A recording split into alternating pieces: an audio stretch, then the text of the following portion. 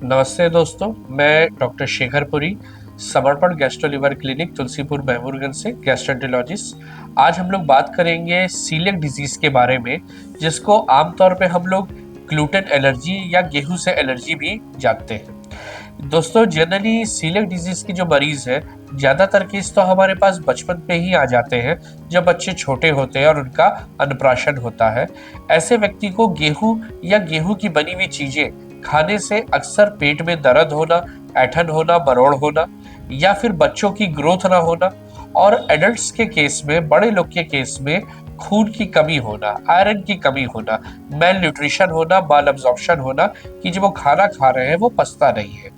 दोस्तों, गेहूं की जिनको एलर्जी होती है, ऐसे लोग अगर लंबे समय तक गेहूं का प्रयोग करते हैं जिसमें ग्लूटेन होता है, तो ग्लूटेन उनकी आंत की जो त्वचा होती है, जो म्यूकोजा होती है, उसको डैमेज करता है, जिससे ऐसे लोग को जो न्यूट्रिशन होता है वो एब्जॉर्ब करने में दिक्कत आती है।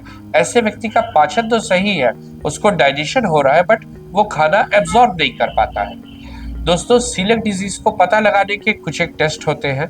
हम लोग ब्लड की जांच कराते हैं, टीटीजी टेस्ट कराते हैं। ये एंटीबॉडी लेवल है जो बताता है कि ग्लूटेन से एलर्जी तो नहीं है। और साथ ही साथ हम लोग एंडोस्कोपी करके छोटी आंत ड्यूडेनम की बायोप्सी लेते हैं, जो दो चीज में मदद करती है। एक, हमको ये बताती है कि सीलियक डिजीज है कि नहीं है।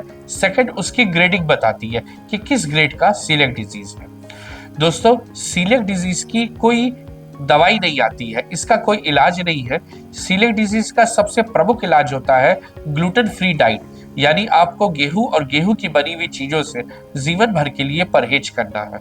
और साथ ही साथ हम लोग कुछ समय के लिए मरीज को, जब तक उसका परहेज चल रहा है, न्यूट्रिएंट का सप्लीमेंट देते हैं। जैसे कैल्शियम है, आयरन है, विटामिन का हम लोग सप्लीमेंट देते हैं ताकि उसकी पूर्ति होती रहे। तो दोस्तों, सीलियक डिजीज हमारे क्षेत्र में कम है, लेकिन फिर भी हमारे क्षेत्र में ये मिलती है।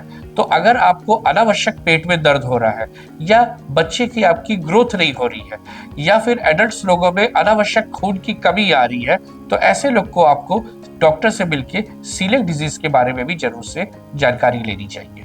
धन्यवाद।